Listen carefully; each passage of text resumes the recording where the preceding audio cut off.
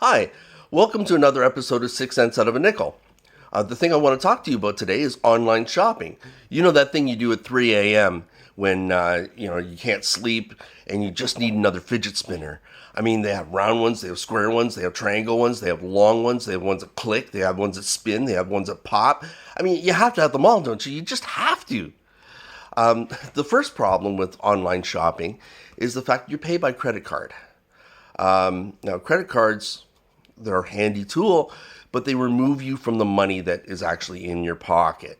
I know a lot of people don't actually carry money in their pocket anymore. It's just a series of cards and just digits on a screen. But if you have physical money, it's harder to get rid of that physical money because you're actually physically giving something to somebody in exchange for something else. With a credit card, you don't have that. It's just this it's just a piece of plastic with a bunch of numbers. You punch in the numbers, it's like a code, secret code, and then you get what you want. The problem is you get a notice in the mail and you have to pay for that later on down the road, and that's a definite problem. Now, the second thing I want to talk about is the extra things that you have to buy to get free delivery a lot of times. That entices you to buy more with money you don't have and more things you don't need. And that's definitely a very, very bad thing. The third thing is the anxiety of waiting for the delivery. A lot of times they don't give accurate notifications. They don't generally follow instructions sometimes of how the packages are to be delivered. And then there's the obvious threat of porch pirates all the time. It's definitely a problem. You could have your entire purchase stolen right from under you, and then you spend all that money for absolutely nothing. And then there's the extra charges that a lot of these places actually levy, especially with DoorDash, Uber Eats, and Skip the Dishes. They charge a delivery charge. They charge the restaurateur an exorbitant amount in order to deliver the food. So I mean, it's not really supporting local businesses if you're actually using those particular services. You'd be much better off, and the restaurateurs and shops would be far more appreciative if you just go there and pick it up. And Instacart, I want to talk about them specifically. Instacart actually upcharges some of the things that you would buy, like say from Walmart or whatever. If you go to Walmart, something will be a certain price, but through Instacart, you will find it may be a dollar or two more. So be careful of that. That's money that's just leaking out of your pockets, just for the sake of convenience. Now, what do I recommend as solutions for that? Pay cash whenever you can. Definitely get away from the cards. Actually, have the have cash on you and pay with cold hard cash, and then you can actually feel the loss of the actual money, and it doesn't seem so abstract anymore. It seems a little bit more real to you. Obviously, stop shopping at 3 a.m. when you're bored and you're just looking for things to spend money on. That obviously doesn't help either. And buy from retailers that you trust.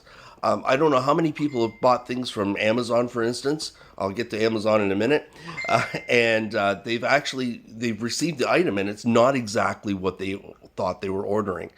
That's what happens when you buy things that you don't know and you're not familiar with. I mean, it's fine if you're buying like Heinz ketchup, right? Everybody knows what Heinz ketchup is. They tell you the size. You know what you're getting. But a lot of times you don't know what you're getting. They're novel products, and it's just not worth taking a risk. At least not with your hard-earned money. I work too hard for my money to take risks like that, and I'm sure you do too. So it's another way of actually keeping more of your hard-earned money in your pocket where it belongs.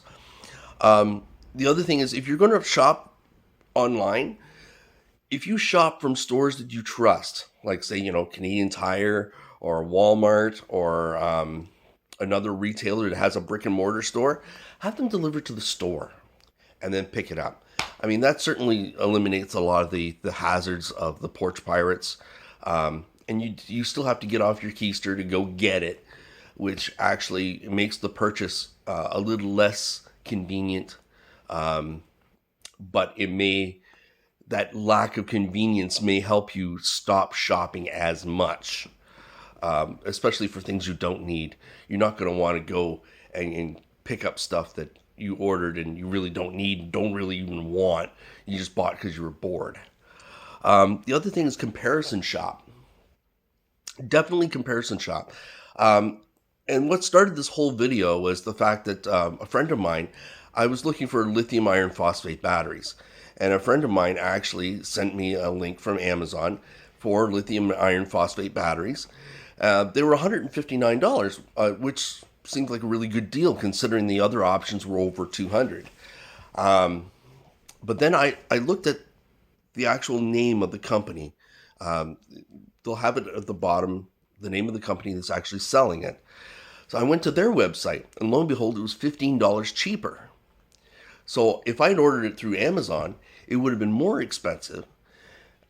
Also, when I went to the website, it actually had options, battery options I wouldn't have thought of. So I would have missed out on those opportunities. And when I find out later, I would have been kicking myself in the hindquarters because I missed out on options that I would have otherwise had.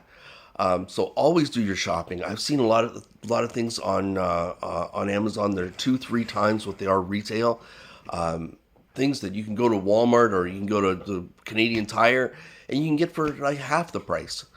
People are just buying them from these retailers and they're reselling them on Amazon for a markup. And they do have to mark them up a bit because Amazon does take a percentage of the sale, which is why it's more expensive through Amazon than it was through going through the website. I hope this has helped you. I hope you can find something of value in what I'm saying to you today. Thanks for watching. Be sure to like and subscribe. That goes a long way to help get the message out. Thank you for watching. I'll see you next time.